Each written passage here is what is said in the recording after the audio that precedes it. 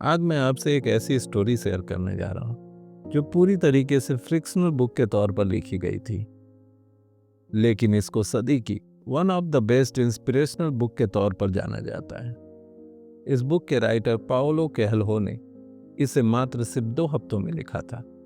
असल में यह कहानी हमारे उस सवाल कि कर्म बड़ा है कि किस्मत को बहुत हद तक सुलझाती है, क्योंकि यह कहानी एक लड़के के सपने, किस्मत और कर्म के बीच चल रहे द्वंद्व और उससे निकलने की कहानी है।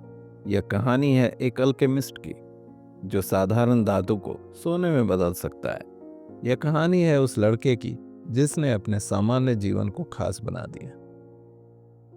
बहुत समय पहले स्पेन के अंदलूसिया प्रांत में हरे भरे मैदानों और अंगूर की बेलों के बीच एक युवा चरवाहा रहता था जिसका नाम था सेंटियागो।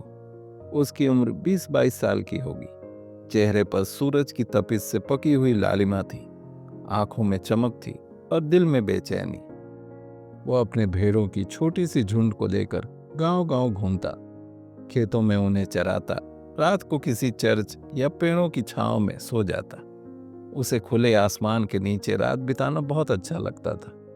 उसे लगता था कि तारे उससे बातें करते हैं, लेकिन उसके भीतर एक बेचैन आत्मा भी थी।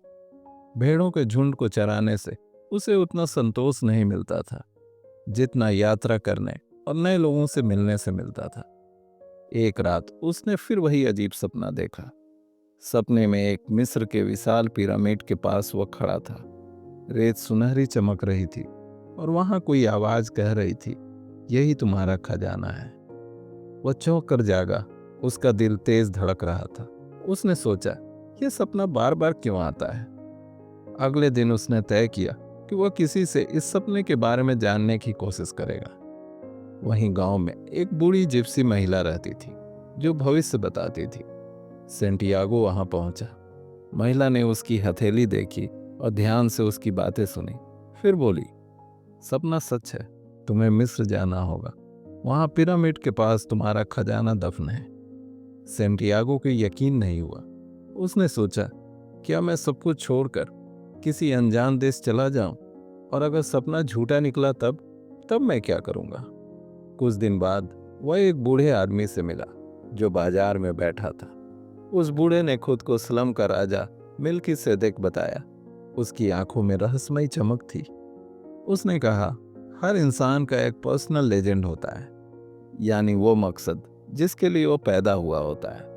अगर तुम अपने दिल की सुनोगे और सफर पर निकलोगे तो पूरी सृष्टि तुम्हारी मदद करेगी। सेंटियागो ने संदेह से पूछा, अगर मैं असफल रहा तब? बूढ़ा मुस्कुराया और कहा, जब कोई सच्चे दिल से कुछ चाहता है तो पूरी कायनात उसकी मदद करती है।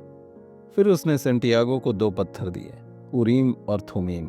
उसने कहा, जब तुम्हें निर्णय लेना मुश्किल हो तो यह तुम्हें रास्ता दिखाएंगे। सेंटियागो ने बड़ी हिम्मत जुटाई। उसने अपनी भेड़ें बेच डाली और उस पैसे से अफ्रीका जाने का टिकट लिया। उसका जहाज टांजियर बंदरगाह पहुंचा। वहां सब कुछ अलग था, भाषा, लोग, कपड़े, रीति रिवाज। सेंटियागो को अरबी नहीं आती थी और दुर्भाग्य से उसी दिन एक ठग ने उसका सारा पैसा चुरा लिया। सेंटियागो अकेला और कंगाल रह गया। वह निराश होकर सोचने लगा, काश मैं अपने झुंड के पास वापस लौट सकता। मैंने सपना देखने की मूर्खता क्यों की। लेकिन तभी उसे बूढ़े राजा की बात याद आई। सपने पूरे करने के लिए पूरी कायनात मदद करती है। उसने हिम्मत जुटाई और काम की तलाश में भटकने लगा। आखिरकार उसे एक क्रिस्टल व्यापारी की दुकान पर काम मिल गया। दुकान पुरानी थी, ग्राहक कम आते थे। सेंटियागो ने मेहनत से काम शुरू किया। उसने क्रिस्टल चमकाने लगे, सजावट बदली और नए विचार दिए। उसने सुझाव दिया, अगर हम चाय को क्रिस्टल के गिलास में परोसे तो लोग आकर्षित होंगे। उस व्यापारी ने हंसते हुए कहा, यह पागलपन है। लेकिन जब उसने कोशिश की तो ग्राहकों की भीड़ लग गई। धीरे धीरे दुकान चल पड़ी।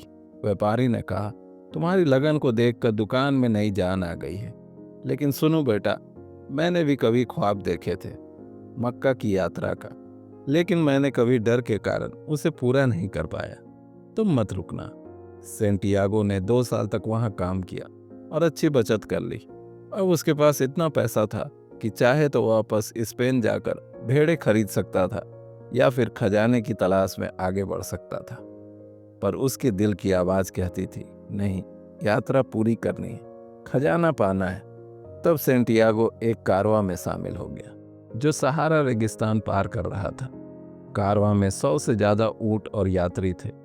सबको अपने जान माल का डर था क्योंकि रेगिस्तान में कबीलों की लड़ाई चल रही थी। उसी कारवां में उसकी मुलाकात एक अंग्रेज से हुई। वह किताबों में डूबा रहता था।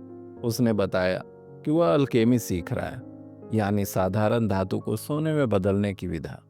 अंग्रेज ने कहा, मैं उस महान अल्केमिस्ट की तलाश में हूं जो रेगिस्तान में रहता है। सेंटियागो ने सोचा, मेरी तलाश खजाने की है, इसकी तलाश अल्केमिस्ट की है, शायद दोनों रास्ते मिल जाए। अंग्रेज ने उसे सिखाया कि कैसे प्रकृति से सीखना चाहिए। बदले में सेंटियागो ने उसे बताया कि असली ज्ञान केवल किताबों में नहीं बल्कि अनुभव और दिल के सुनने में है। लंबी यात्रा के बाद कारवां एक बड़े ओएसिस पहुंचा। वहां खजूर के पेड़, पानी के सोते और सैकड़ों तंबू थे। युद्ध के समय ओएसिस सुरक्षित जगह होती थी। यहीं सेंटियागो की मुलाकात एक रेगिस्तानी लड़की से हुई जिसका नाम था फातिमा। उसकी आंखें जैसी गहरी रात का सन्नाटा हो और उसकी मुस्कान में मासूमियत थी। सेंटियागो पहली नज़र में ही उसके प्रेम में गिरफ्तार हो गया। उसने सोचा, शायद यही मेरी मंजिल है। खजाने से बढ़कर अगर कुछ है तो वह प्रेम है। फातिमा भी उससे प्रभावित हुई। दोनों अक्सर खजूर के पेड़ों के नीचे मिलते थे।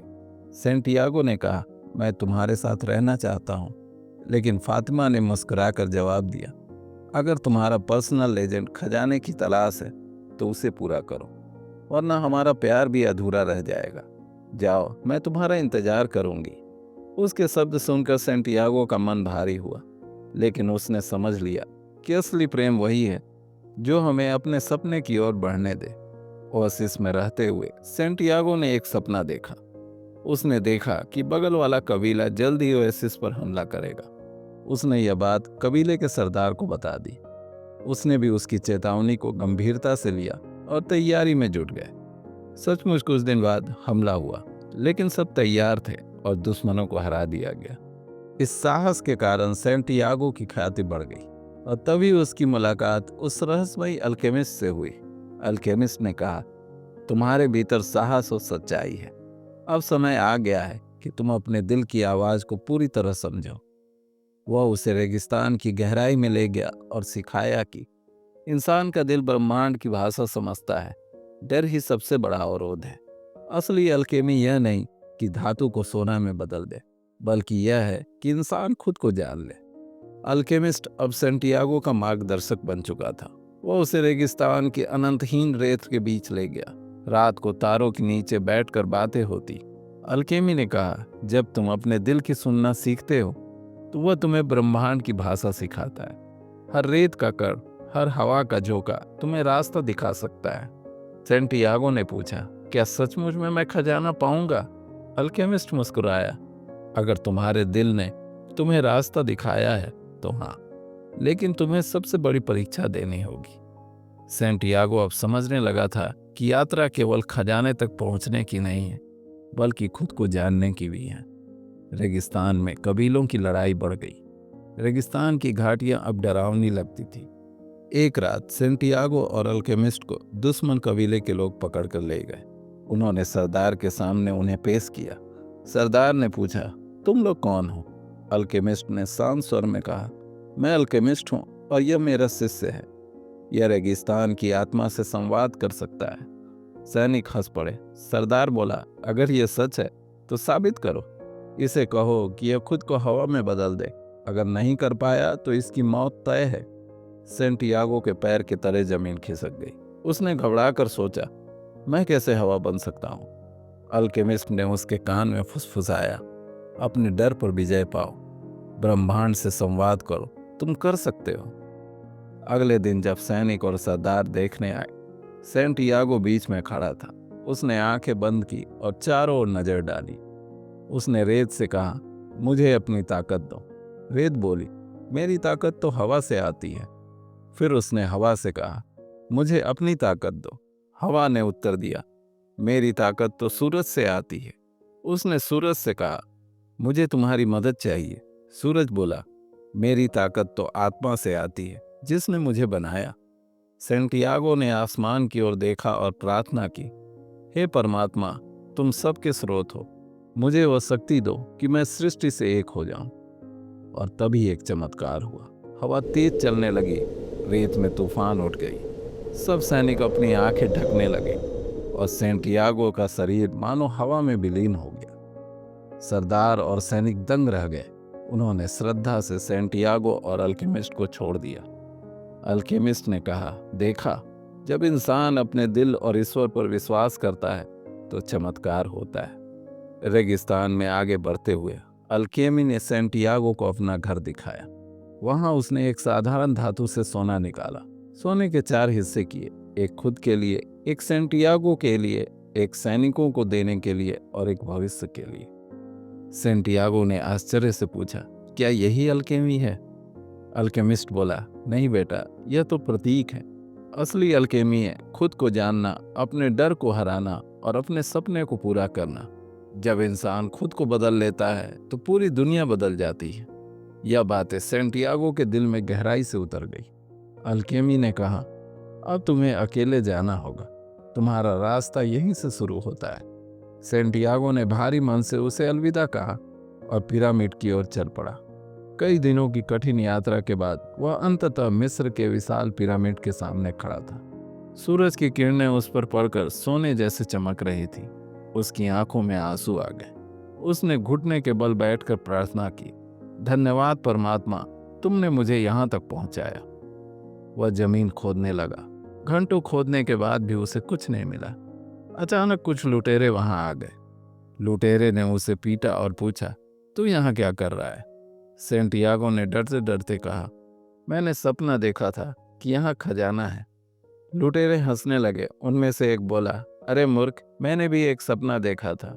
मैंने सपना देखा कि स्पेन के एक पुराने गिरजाघर में, जहाँ भेड़ें सोया करती है, वहाँ की टूटी दीवारों के नीचे खजाना छिपा है। लेकिन मैं इतना बेवकूफ़ नहीं हूँ कि वहाँ जाकर खोदूं। लुटेरे वहीं उसे छोड़कर हंसते हुए चले गए। सेंटियागो वहीं स्तब्ध बैठा रह गया। उसके दिमाग में बिजली सी कौंधी। वही गिरजाघर जो मेरा था, जहां मैं अपनी भेड़ों को सुलाता था, तो असली खजाना वही है। सेंटियागो ने लंबी यात्रा की और स्पेन लौटा। वह उसी पुराने गिरजाघर गया। अंदर घास उगी थी, टूटी दीवारों से चांदनी झांक रही थी। उसने याद किया कि कैसे वह वहां अपनी भेड़ों के साथ सोता था, कैसे वहीं से उसकी यात्रा शुरू हुई थी। उसने जमीन खोदना शुरू किया और सचमुच वहां एक संदूक निकला। संदूक में सोने के सिक्के, रत्न और अनमोल खजाना था। सेंटियागो रो पड़ा और वह खुशी और आभार के आंसू थे। हे परमात्मा, तुम सचमुच रहस्यमयी हो। खजाना हमेशा मेरे साथ था, लेकिन उसे पाने के लिए मुझे इतनी लंबी यात्रा करनी पड़ी ताकि मैं जीवन का असली अर्थ समझ सकूं। ठीक हमारे आपके जीवन की तरह, जिसमें कुछ लोगों को चीजें तुरंत हासिल हो जाती है, कुछ लोगों को बहुत मेहनत मशक्कत करनी पड़ती है, तो कुछ लोगों को शायद कभी नहीं। लेकिन इतना तो तय है कि हम सभी लोग उस मंजिल को पाने के सफर में निकलते तो हैं। कुछ लोग जारी रखते हैं, कुछ लोग रुक जाते हैं और कुछ लोग उसे छोड़कर चले जाते हैं। लेकिन जब तक हम उस सफर को जारी रखते हैं, तब तक हमारा दिल उस सुकून और उम्मीद के साथ जीता है कि हम उसे हासिल कर लेंगे। लेकिन जैसे ही हम उस सफर को खत्म कर देते हैं, हम कास और गिल्ट के बोझ के तले जीवन भर दबे रहते हैं। इसलिए मेरा मानना है कि मंजिल से ज्यादा सफर मायने रखता है, क्योंकि वही हमें जीवन का असली अर्थ समझाता है। Thank you and best of luck.